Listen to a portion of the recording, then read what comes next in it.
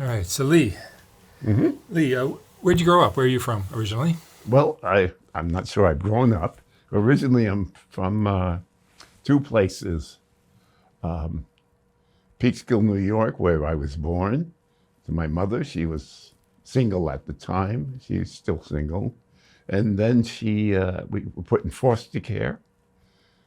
Mrs. Daisy Lytell in the Bronx. And then when I was about 6, she moved us to a town in the suburbs called Mamaroneck, New York, and to a house that was it was a rooming house actually. We had 2 rooms, and 13 people lived there. And we had 2 rooms up front. My brother and I slept in the same bed in the back. My brother Wayne, who was born a year earlier, and my mother slept pulled out a couch in the living room. And your dad? My dad, he lived in Croton. He was a driver for a while, and he was a car mechanic, and he drove, I think, for a laundry, and never married my mother. He actually, the thing is, my mother was the type that was raised very religiously, and the kind of concept was that the worst thing that could happen to her was if she let a man do that to her. But he was able to talk his way in and formed my brother, and then he disappeared. My mother was heartbroken, but he happened to show up a year later and somehow talk his way back in to conceive me. He disappeared again, but I think I owe him a high five for that extra effort, else I wouldn't be here. So that's my father. Told him. How would you describe your childhood? It was, because you're a child, you don't know. You have nothing to compare it to. So my first bunch of years in the Bronx were kind of benign, kind of okay. I did well in school. When we moved to Westchester County, it was more like we had invaded or intruded upon something that was already complete and not needing any new things. So there I began to see some opposition to my existence in a way. I mean, if not opposition, I remember this. I remember going to being enrolled in grade school, and I think it was Miss Baldwin was my teacher. And what I remember about her was she was the type of woman who, I remembered about her structurally is she had the kind of arms that when she made a fist, her arms came to a point. And first day of class, she says, "All right, kids, this is a new student. His name is Caverly, and he's different from all of us, but let's treat him the same," which is a self-destroying statement. Yeah. And that's when things got a little different for me in my life, and began to define things in terms of I was a part of the group that was going to be marginalized, was not going to succeed, was always going to get less than the other group of people in life. That's when that began. And so at that point, my childhood became very angry. I didn't want the anger. God, I didn't want the anger. I didn't know why I had it. I would give anything to just be a part of everything. But the anger was there, and that anger eventually got me expelled and sent to a school for kids at risk. And if I knew the phrase at the time, I would have said, "At risk for what?" But they sent me to a place called Hawthorne Cedar Knolls, which was a boarding school for kids at risk.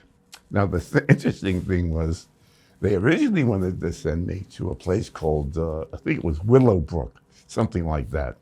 Willowbrook was the, you know, municipally funded home like the rest, but specifically for black kids.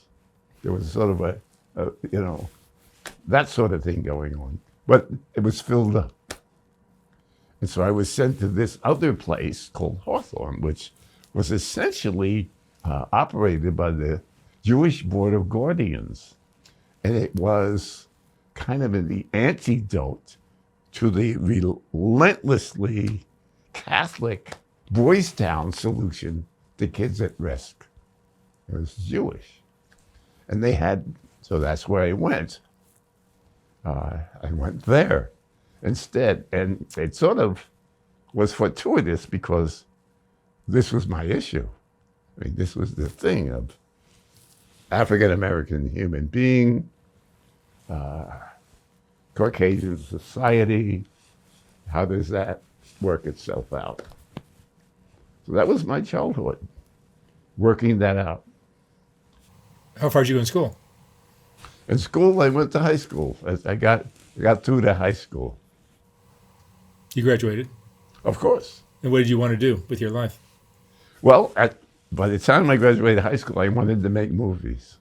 In fact, I conned an Italian kid who was also kind of one of the marginalized kids there because he was a nerd. And at the time, nerds weren't respected at all. I mean, he had a pocket protector with pens in it. and he wore Farrah slacks. Nobody got Farrah slacks except on quiz shows as prizes. And named Bob. And I wanted to make a movie, so I kind of befriended him and conned him into the idea. And he talked to his parents who had money, and they bought him this Fairchild Super 8 sound movie camera and all the trimmings. And we went out to make student film before student films were even in high school with a sound camera. And we got a certain distance, except there was what I didn't know. And then there was what I didn't know I didn't even know. And that is that film, this is interesting if I can explain it to you. Sound film works on a kind of two opposing principles. Film, to animate still images, must pause for a fraction of a second in the gate when being photographed and also when being viewed in order to animate them. So you get this picture, then that picture, then that picture at a rapid pace, and your mind will meld them together. But you have to have the intermittent action. Sound, on the other hand, needs to have continuous motion in order to be recorded with fidelity. This is before video, when it's all one thing. So that when you used a camera, a sound camera, that recorded sound on the spot, you had to put film in there that had a little magnetic strip along the edge that recorded the sound as you filmed. However, in order for that motion to be smooth, there had to be a series of gears between the gate where they took the picture and the sound drum which recorded the picture, so that they could smooth out that intermittent action to smooth action. So as a consequence, if you pulled out a piece of film after you shot it and it was developed, here was the picture, and then 14 frames later, the corresponding sound for that picture was. And since they, one would hit the sound drum and one would hit the lens, it would work, except when you went to edit. Because if you cut out this picture, you're cutting out sound from there. Or if you cut out this sound, you're cutting out some of the picture. So we went, we filmed, we advertised this film, we got the whole school excited about it, and then we couldn't edit it. But that got me the student aid society said, oh, this guy's interested in that kind of thing. And they got me a scholarship to RCA Institute, which was to learn studio operation. And I thought, wow, okay, I'm going to get there after all. And so I went to this course. Now, what I didn't know was it was a come-on course. It was lots of fun. We got to play with the cameras and switch workers, the editors in the booth, flick from camera to camera, and we do this. They brought actors in. They had sets. Lots of fun. And I did very well, except none of that qualifies you to set so much as a toe into any legitimate broadcast operation. For that, you need a Class B operator's license, which you could get if you now took this RCA course for $1,000 that would teach you all the technical stuff, less fun technical stuff.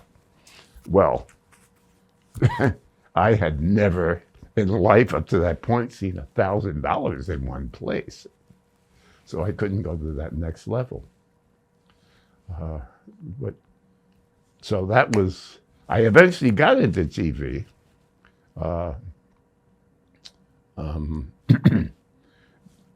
When I became a teenager, one of the teachers well, let me go back. While I was doing this film thing, because I am a writer now, one of the teachers there decided, somehow I got jumped from in the junior to a senior English writing class, creative writing class. And the class was full of these people, channeling Cheever, all of these people. I don't know how good they were at writing, but they knew all the nomenclature, knew all the language. They could talk about writing and the interior monologue and this, that. And I would just sit there. So this teacher, his name was Bob Geller, he's deceased now, who believed in me, who thought I was a pretty smart kid, started to take short stories that were made to film and present them in the class, and then sort of throw it to me. Well, what do you think? And then I had my own nomenclature. Well, I think the parallel storytelling and the intercut, so it sort of drew me out that way. He later got so interested because in Marshall McLuhan, the media is the message, that he began to work with this nonprofit called Doing the Media, and they were very interested in media being the thing. Like in schools, if you brought in kind of a media experience, you could teach better, and there was this whole frenzy over this stuff. And he got connected to a place called the Community Film Workshop. And the Community Film Workshop they got a grant to help bring African Americans and other minorities into the news gathering stream, because they figured then there'd be less bias in the news, less Caucasian bias in the news by being inclusive. And one of the things, they had a program to train us, and then they would place us in jobs in the media. And I went through that program. I eventually got a inquiry from Jim Lehrer. That's a name people might recognize. He used to chair the presidential debates in public television at KERA in Dallas, and they had wanted me to join their team. And so I had a gig going. At the same time, it was in 3 weeks I was supposed to go there, I got drafted. And the interesting thing about getting drafted is there was a big debate. This was in the early 70s, which was still the 60s, by the way. There was a huge debate and protest and social movement and political debate over Vietnam. And when I got drafted, it wasn't so much a matter of that debate. It was a matter of something else. I had been raised under my Protestant family, my mother really, Pentecostal, and which scared the living crap out of me because it seemed to be that if you were a Protestant, yes, you could live in this world, but you'd be condemned to hell forever if you enjoyed 1 second of it. That seemed to be what it is. Like God is this cosmic cop. And what he does all day is he sits up there just waiting for you to screw up so he can fry you in hell forever. And that was traumatizing to a young kid. We used to have to go to the adult church, and one day a woman spoke in tongues, which is, she jumped out of her seat and started doing like that and speaking in a language we never heard before, and jerking so violently it took 2 ushers on either side of her to keep her from cracking her head open on the pew. It traumatized me. And then they tried to call me, oh, that was the Holy Ghost. Now they tell a 12-year-old that this is about a ghost. So I was very, very traumatized and I couldn't find the love of God, but I certainly was terrified of him. And that terror led me to be the last thing I wanted to do was kill anybody. And the dilemma of Vietnam and being drafted was, if I go to Vietnam and I get into the war,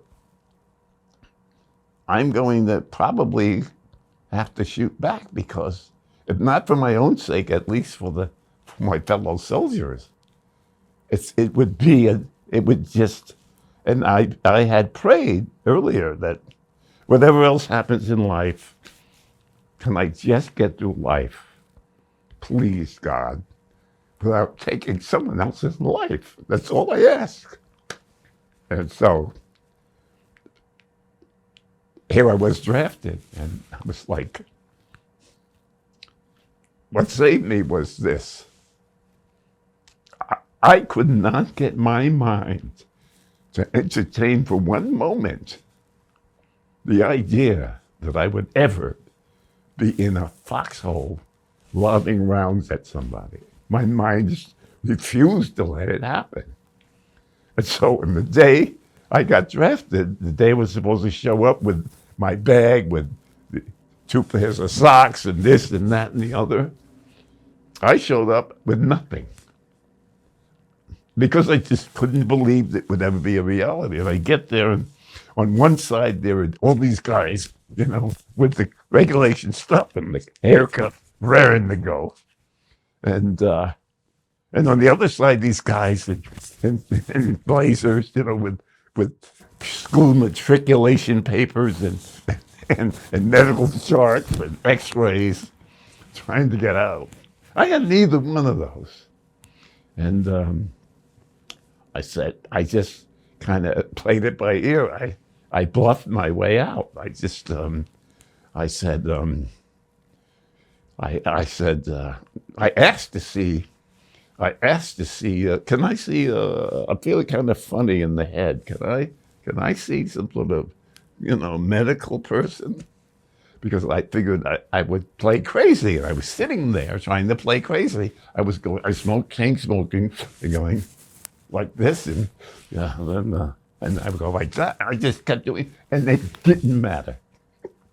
It was like, well, he can hold a gun. They kept going, nobody noticed. So I finally asked to see, but you know what? My original thing was, this is the big thing, I will check the box. There's a box you could check saying that you were homosexual. And then they wouldn't take you. And I figured, who would know? I checked the box.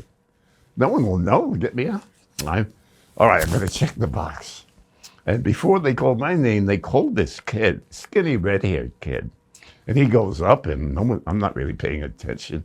And there's this no-neck guy. I swear he had no neck. sitting at the desk interviewing this guy before they send you to that checkup. And he says, and finally here, what about this here, this thing where you said you're homosexual? He says, is that just a whim? Are you active? And the kids like turned scarlet, and he leans in and tries to whisper his answer because we're all listening to this. The bench is like 7 feet away. I mean, the desk. And we're all listening, and he just turns scarlet. And he tries to whisper, and his little exchange, the guy finally says, look, all I want to know is you're taking up the poop chute or not. And the kid just melts into the chair. And I said to myself, well, we won't be checking any boxes today. It's really a juvenile thing, the fear of embarrassment being greater than the fear of death. So I had no plan. That plan went out right out the window. So when they called my name up, I said, I'm sorry, I'm feeling, can you give me, I got to see a medical head doctor. He says, all right. He says, go upstairs and go to room, blah, blah, blah. And then I got a plan. I said, what room? He says, room, blah, blah. And I repeated it back to him wrong, and he finally wrote it down. They wrote it down, so I went up to the room, and I said, well, I don't know. They pulled me out of line and told me I should come up here, that there's a problem. And I gave it to the guy, and he gave me these odd, stupid tests, and then he says, he says, you ever do drugs? And I thought, whoa. I said, yeah. And he says, what drugs do you do? You ever do this? You ever do that? Yeah. And then he said heroin, which I'd never done. He said, ever do heroin? I went, yeah. I swear, I don't know why I did that. I just went, yeah. And he looks at me and, all right. And next thing I know, I got a 1Y. And I got deferred out of there. And I came back to Mamaroneck, and there's a hill coming down from the high school, and where kids hang out after school, because at the bottom of the hill across the street is the famous Walter's hot dog stand. And this is the 60s. And I go up there and I tell people what happened, and I burn my draft papers. And because this is a very, active thing in people's mind at the time. And I become a folk hero for a day. One of the teachers brings me into the school and has me instruct the rest of his class how I did that. Now, the thing is, there were a lot of different feelings about Vietnam and this in the 60s, but with me, it was just a personal thing. It was what, I really, sincerely, my right hand to God, want to get off this earth without having taken someone's life. It's just a simple thing.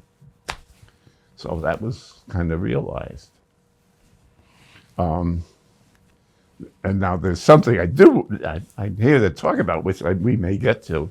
But you want me to continue with my story, or do you have a question? I can continue. All right. So I got out of that, and I went to Dallas, and after that, I went to Detroit. I worked at Detroit Public Television.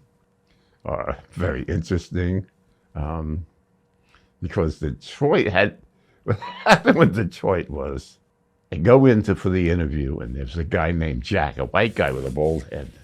Well, he's not, he's bald here, but he's compensating by all sorts of down the back, which made me think, oh, he's cool, because it's the 60s. He's got long hair, he's cool. He's a production man. They come in, I sit down, and here's the first words out of his mouth. He sits down, and as if bearing the weight of the burden he is taxed with having to carry, he goes, I gotta hire a black guy. It's the first thing out of his mouth in a city that is 40% black. And I didn't get it at the time, but it was totally dismissive that you're not, there might be any possibility that you're talent or this and that. It's at all responsible. I got ahead. And then he pulls out this chart with pay scales. It's a Union City. It goes, and this is what I think it'll take to buy you. It's exact words. Me at that, I had cognitive dissonance. I just didn't hear it the way it was truthfully meant.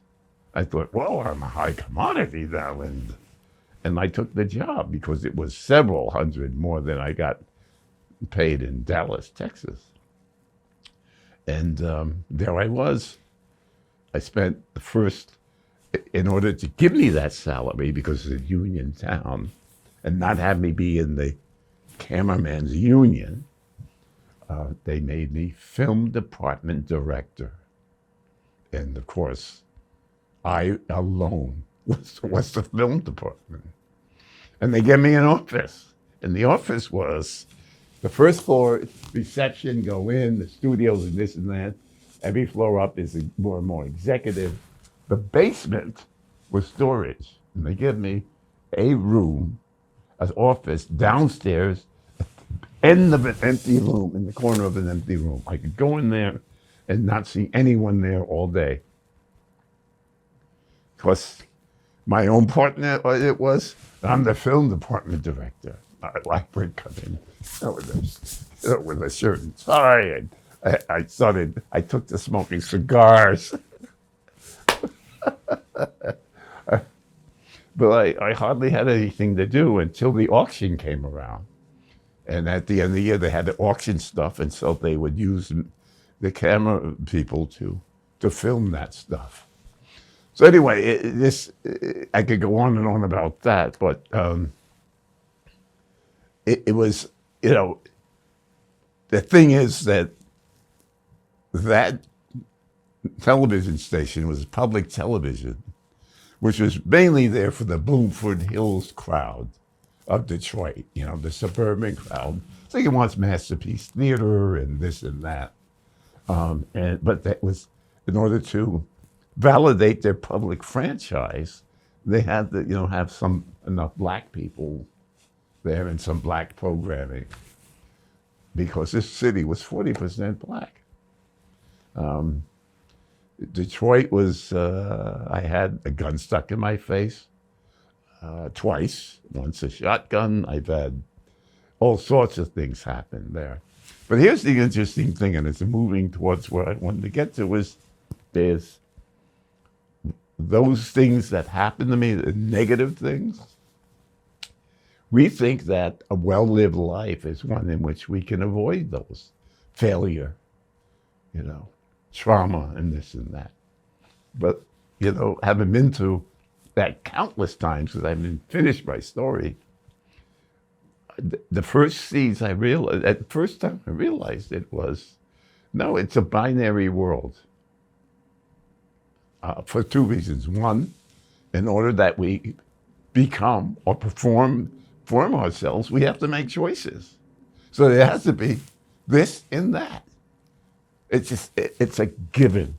And we resent it. We want it to just all be good. If things always went our way, 99% of us would be jumping out of windows within 10 years. Because why even get up? So we don't get that. The thing that ultimately taught me years later when I went through homelessness and addiction was, the thing about life is when it's good, it's good. And when it's bad and you're struggling, there's still something in it for you. That is as perfect as you can get. But we don't realize it. And there's reasons why. But anyway, so in Detroit, I think I learned that. I also learned when there was a shotgun in my face. I learned that something very interesting, because I was from Mamaroneck, New York. I wasn't even from Harlem or Manhattan. I was kind of a suburban black person. And during the 80s, the 60s, where you're part of the solution or part of the problem, I was not radical street black. And so I feared the judgment of my own people. And here I was in the city that was 90% black. And I mean 40% black. And I was at this bar, and so talking to this guy starts talking to me. He's kind of a hippie guy. And he buys me a drink, so we're talking this and that, and then it becomes, the bar closes at 2, but because it's in that part of town, there aren't many cabs back to where I live. So he says, look, you can come up to my place, I live, blah, blah, and we'll smoke a joint or two. And I'm like, oh, a joint, yeah. So we go over there, and it's in the, down on the left part of town, all 6 stories, brick buildings, like the projects, maybe more, 6, maybe 8 stories. And the amazing thing is every one of these buildings has a camera above the entrance, front entrance, by which in your apartment, by turning to a vacant channel, you can see who's down there wanting entry. And I thought, that's a pretty elaborate thing for the poor in the town to have. And I realized later that without that, they couldn't even rent those rooms because the police did come down there. And if you didn't have something, you couldn't rent those damn buildings. So anyway, we go up to his place, and there's a photograph I see on the wall. And this is during the auction where I'm taking still photos. So I have a briefcase with me with a still camera, a light meter, and so that's like $300-400 worth of stuff. And we get up there, and I notice a picture on the wall of this very attractive sister who's got like, she's got like reddish hair and freckles, but she's black, you know. And I take a picture of her. I'm drunk now. I take a picture of everything in the room. There's a Snoopy piggy bank there. We take a picture of that. We smoke a joint, and then he says, he says, I have a roommate. He's not here. He's in the Black Panthers.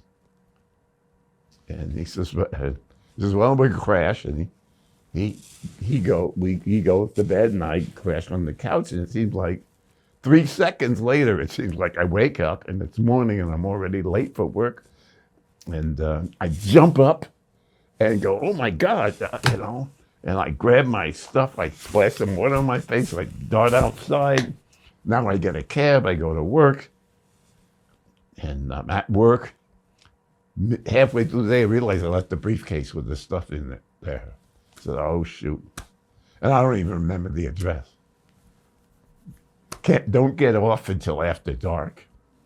And I somehow miraculously find this building in the dark by some graffiti that was on the wall. And I go and I ring the department, the buzzer, and the light goes on the camera. But then the window at the same time opens 4 floors up.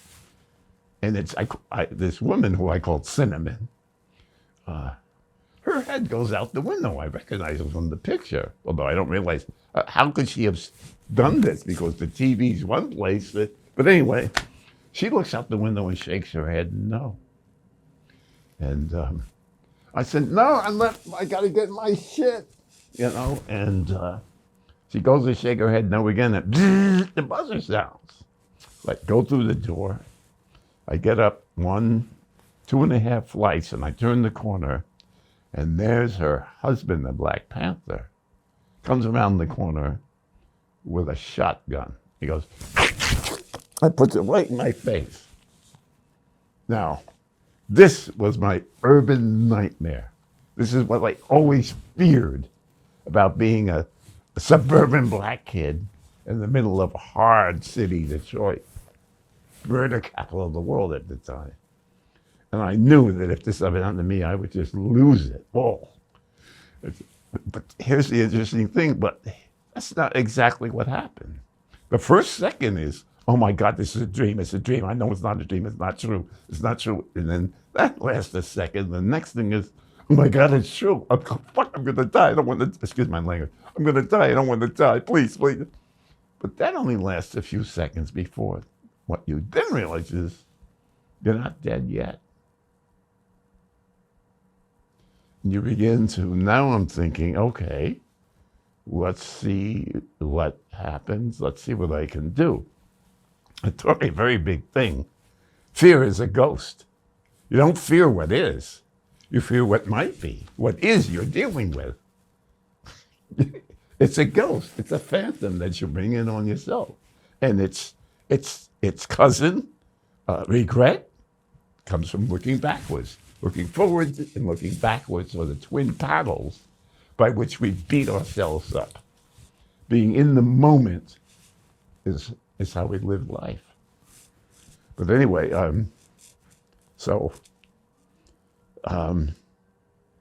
he says, "Where's my wife's piggy bank?" And I go, "Wife's piggy bank? I didn't take your wife's piggy bank. Hell, I got $80 in my pocket, and there's I left $400 or $500 worth of equipment upstairs." And as soon as I say that, I realize I just told this guy one trigger pull, and he's like $500-600 richer, which was a lot of money back then, you know. But at the same token, because you're in the moment, you see more clearly. I realize this guy didn't come down to rob me. He didn't come down to kill me. He came down to be the man. So I say, okay, look, where's your roommate? Bring him. He'll tell you. He says, he's not here right now. I said, okay, look, I'll tell you what. You keep the gun on me. You take me upstairs, and we'll wait till he comes back, and he will explain everything. But the police tell you never to do, but. And so he motions with the gun. I walk past him.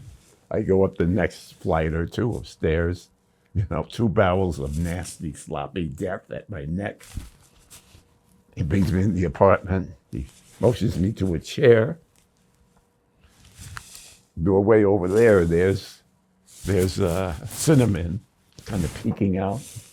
He sits me down, and he sits down in the chair and does something that lets me know I'm right. He takes the gun and lays it across his lap. The protector of hearth, home and hearth. Classic pose. I know I'm right now. And he's like, "Cinnamon, give me a beer." He goes like, he's the man now. The man's got to have a freaking beer. Cinnamon runs out and gets one of them tall boy. And he looks at me and he's just looking at me, drinking it, and my heart's going.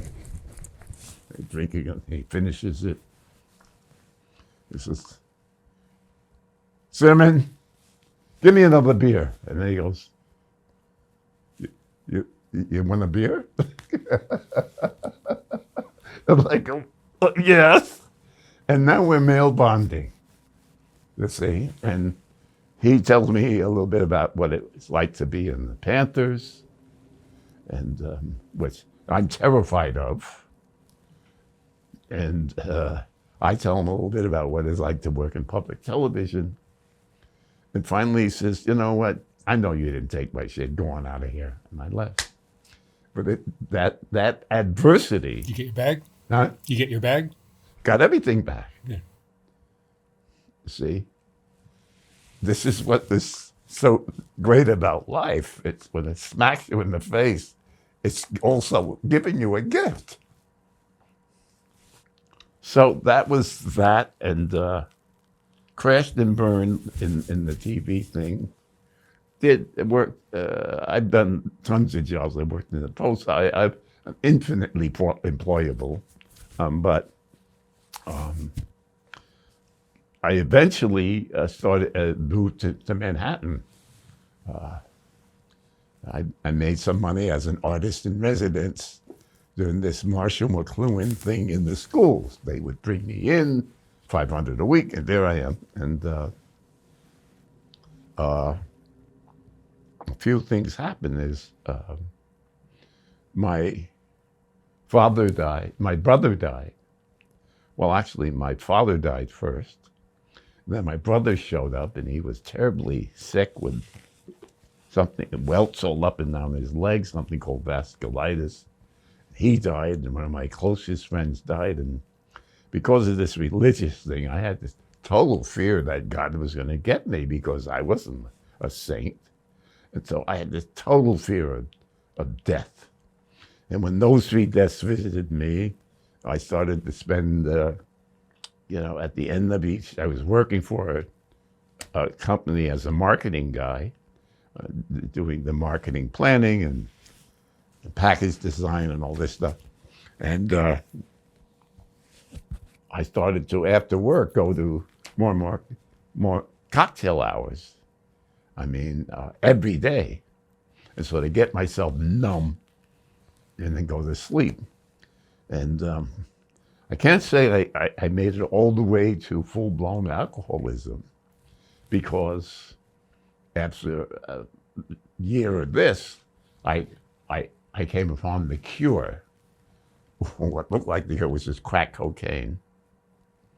And I was introduced to it by a person from the bar, and it seemed, I mean, my spiritual emptiness, it seemed to be the cure. I mean, it gave me, I'd be honest with you, that stuff gives you a lift, a spiritual lift even. But the problem is it isn't earned through any wisdom or any exercise of anything. It's chemically induced. The chemical wears off. And boom, it's like you're up here, and once the chemical wears off, real life now feels like this. It's okay, though. You take another hit, and you're up again. You don't go quite as high. But when you come down now, real life feels like this. And over time, that evens out to where you're not using to have fun anymore. You're using to keep from feeling so miserable you can't stand up, breathe. And that's called addiction. And I became obsessed with that, and I lost my job. I lost my apartment. The marshal came, said, "Do you talking, walking?" And I ended up on the street in the 80s. And in the middle of the 80s, which the rest of America was on this binge of making money and glamour and bling, and boom, I was on the street. And I was there for 12 years. And those 12 years ended up, if I have any wisdom today, it was through those 12 years. I don't recommend this, but that's the way it fell down. I was, this thing called street news came out, which was, the concept was, instead of panhandling and begging, you could take this newspaper called street news, and then you bought it for a quarter, you sold it for 75 cents, you kept the difference. I never panhandled, ever. And it wasn't necessarily a moral thing. It was just that people would just give me money just because I asked for it. The concept didn't seem to work. And getting high, and I found this place under Grand Central, under track 101. The platforms are hollow, and they run the guts of the building underneath there. And there's lighting there, and then on the wall just outside, there's a spigot. So here's the platform. The tracks are down, that the train comes on, about 5.5 feet lower than the platform you're standing on. And then there's this steel door that slides open so that they can get access to the wiring and the plumbing and whatnot. And there are lights there. So one day, I used to stash my cans on the track, and one day I can't reach them. I jump down on the track bed, and I see a water spigot, and there's fresh water there. And then I see this metal door, and I slide it open and see this crawl space. I went, "Oh, a condo." And that's where I moved in. And so one night I'm down there, and I have no energy. and I had no drugs. And I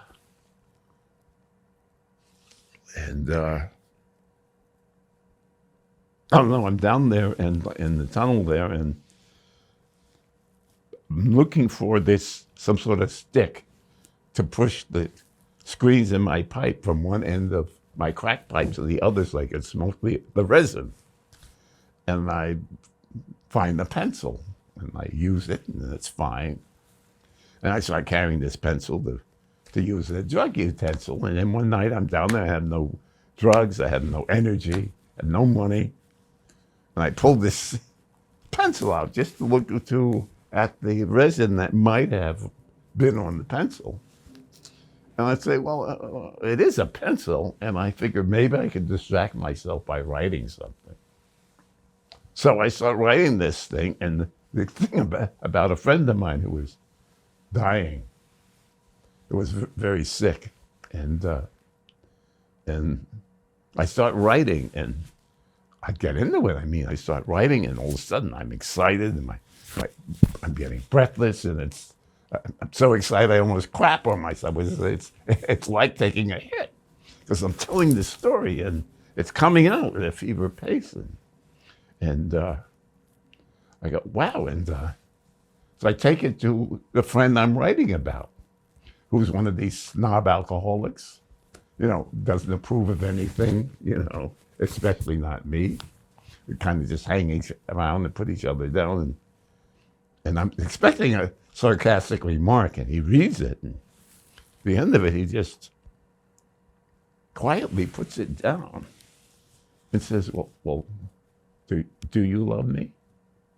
And the reason he asked that is because in the story, it's about a guy who was dying of AIDS, and he's sorry he goes into public to die and alone, and he's sorry that somebody will have to pick up his dead ass, and he's particularly sorry that he didn't let his friend know that he loves him in a normal sort of way.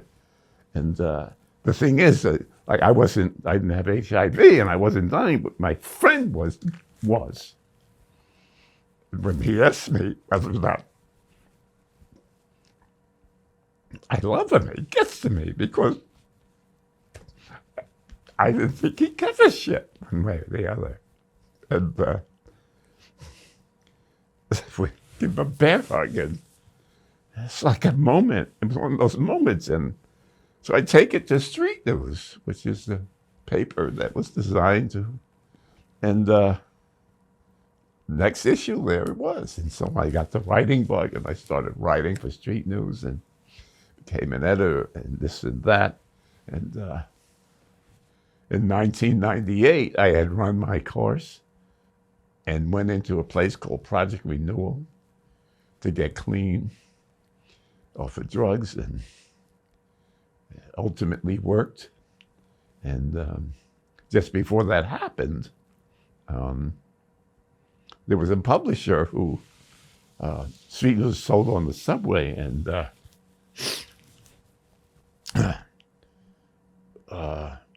publisher had Dan Simon had bought a copy of Street News on the subway. And at that point, I was writing half the paper, and I was the editor because there was no more money. But I was living in the Street News office, so I didn't want it to end. And he calls up how did it happen? I hear that a publisher was interested. Wanted to talk to me, and I go to talk to him. He says this and that. He says, maybe if you're ready, you might want to do a book. And I was like, well, I don't know, book. And then I thought, wait a minute, book, advance, money, crack. Yeah, I'm a book writing mofo. Let's write us a book. Can you get me an advance? And I took an advance, smoked it up in a weekend, and then I knew how to write the book, and I did the book. It's called Grand Central Winter, Stories from the Street, and everything that could have happened great with it. Next thing I knew, I was great review in the Times. I was on This Morning America. I was on Oprah. I was on a whole bunch of TV shows, was even asked the keynote at the UN. You know, I used to tell people, well, that's New York. You know, you're either smoking crack on the Grand Central or you're keynoting at the UN. You know, that's the kind of city it is, you know. And it turned out to be a huge thing. And I go back home to my hometown, and I'm kind of a little homegrown minor hero, or whatever they wanted to call it. I just felt very lucky. And when somebody there invites me to the launch of this politician's campaign for Albany, who is now probably going to be in Washington representing New York. I won't use his name. But it was a meet and greet, and I go to this thing, and I hear him say, at the end of it, he says, and I raise my hand and said, you know, the thing that troubles me is this seems to be not about the issues, but about choosing sides. And he says, yeah, well, you know, that's, in order to win, you have to distinguish yourself from. And that seemed like a valid idea to me. But then, as I thought about it, it involved the most obscene word in the English language, especially when applied to people, and that word is them. That word stands in the middle of every obscene act, every crime against man, every atrocity against humanity. None of them could have been committed without that word, them, they, and its variants. Because once we think of them, we can divorce ourselves from what is our humanity. And this is it's a long-held word that I've seen since I was a kid. Them, us. Us is a great word. But there is no, them allows ourselves to do the biggest crime to ourselves of all. It's to divide ourselves up. Right now, we think there are races. They talk about racism. It's a false issue. There is no such thing. Why? Because there aren't any races. There is not a lot of biological difference between me and the blonde, blue-eyed, chick. There's no more than 1% to actually classify it as a race. It's a complete fallacy. There is no such thing. But we bought into it. And by buying into them and us, we can then do inhuman things. We can then walk away from what we are 99% freaking carbon copies of each other. 99%. That's better than you get with the Xerox. And yet we will argue that 1%. Fight over that's insanity. And the word them is the entry-level four-letter word into that kind of mindset. And so, and what's happened is, where that word is most displayed and most played is in politics. Right now, it's all politics is giving you every day, and we have 24/7 politics now. It's not just every 4 years. It's always running. And it's always getting us to look at them and us. It's a crime. It's morally disastrous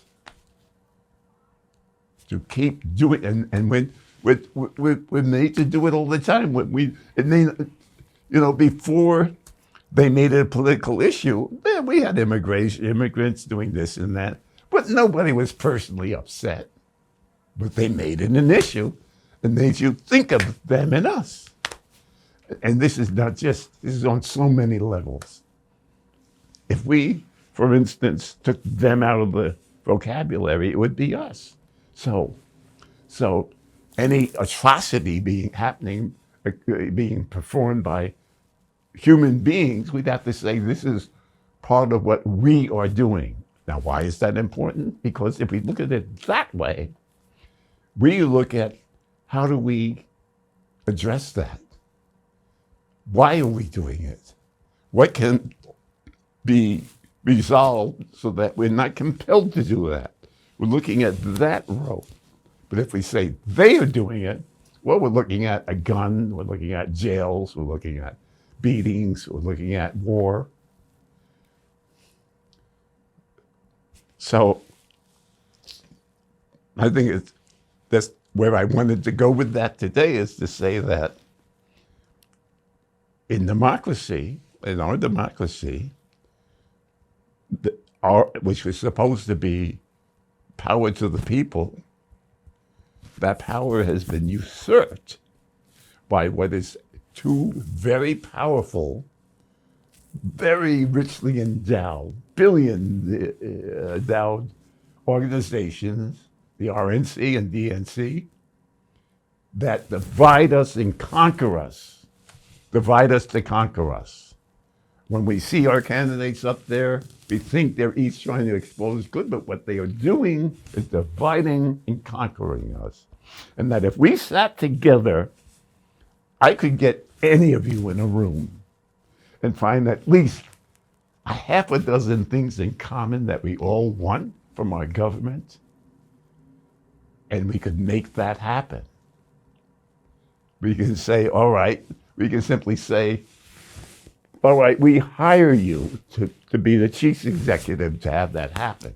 But they don't want that because they have clients. The right and the left have clients to serve.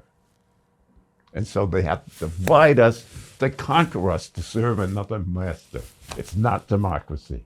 And I'm not talking Republicans or Democrats. The system has walked away from democracy.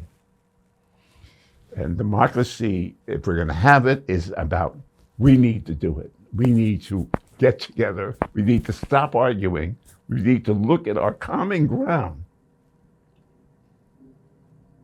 and create a force more powerful than the multi-billion-dollar, organizations that are playing this game on us every 4 years again and again and again. But I'll tell you why. There's always reason to be dissatisfied. It's never going to be an end. It's a binary world, as I said before. Binary means choices. I'll give an example. Years ago, when Good Times came on the air, it's a half-hour comedy, starring J.J. Walker, and it was set in the projects. When that premiered, some people said, this is fantastic. At last, TV has come around to showing the reality of the situation of black people in America. And they were right. But then other people said, whoa, no. This represents not all black people live in the ghetto. And they were right. So there was always two sides. It always exists. So just realize that instead of letting people play us because it exists. A few years later, the Cosby Show. Oh, this is great. This shows that, black people can be upper middle class and they can succeed and blah, blah, blah. That's correct. But at the same time, they said, oh, no, this is false. Not every black American is like middle, upper. And that's true. You see, that always exists. And if you realize that, if you just can look at that closely, then you can't be manipulated by divide and conquer. And I think the arc of my life has been such that it brought me to bear this. Because the way I was raised and where I was raised, I couldn't choose sides. I remember getting, in the 60s, smoking a joint with a whole bunch of people in the basement of my friend's apartment. And I was the only black guy in the room. And he said, and this is my last statement, one guy said to me, he said, tell me something. If a war broke out tomorrow, black against white, who would you fight for? So his question was, who would I choose to betray my race or betray my friends? Well, first of all, I now know race is a fallacy. But I also know that It wouldn't be about black against white. That may be the way it stacked up, but it'd be about other issues, maybe economics or this or that. See my point? But that is the kind of, it made me sick. I didn't have an answer. It made me totally sick. I felt it was the end of the 60s, end of the idealism. And I've only come now to realize that it's a gimmick. It's divide and conquer. These kind of lines we draw are false line. Black people, white people isn't even a real line. When you say white people, you're talking about Europeans who spent 3/4 of their existence trying to wipe each other out. They're not a group. You know, the only time they become a group is when they're facing some non-white people. So you can't even buy that. Don't even buy it. It's a total fallacy. So the only way out is to, and as much as you can, consider, all right, final statement. In my second book about my childhood, I recalled wishing when I was young that, gee, I wish we weren't divided, that we were all one, you know, that there weren't blacks and white, it was just one race. So then I could be happy too, like everyone else. That's how I felt at the time. And now I come to realize there is one race. There is only one race. The fact of the matter is there is only one race, and that's the human race. And that's all I have to say. Thank you, Lee. Great talk.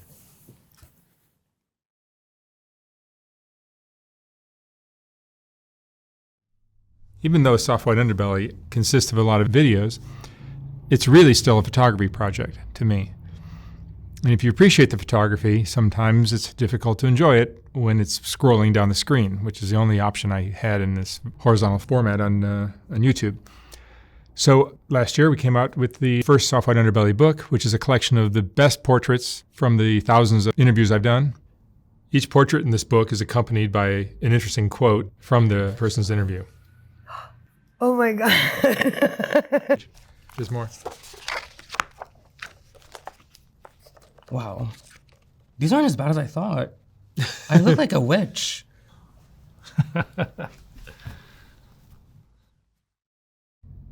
I will not be reprinting this book when it sells out. So once it's gone for good. You can order yours at softwhiteunderbelly.org. $125, $150 for a signed copy. And thank you for watching.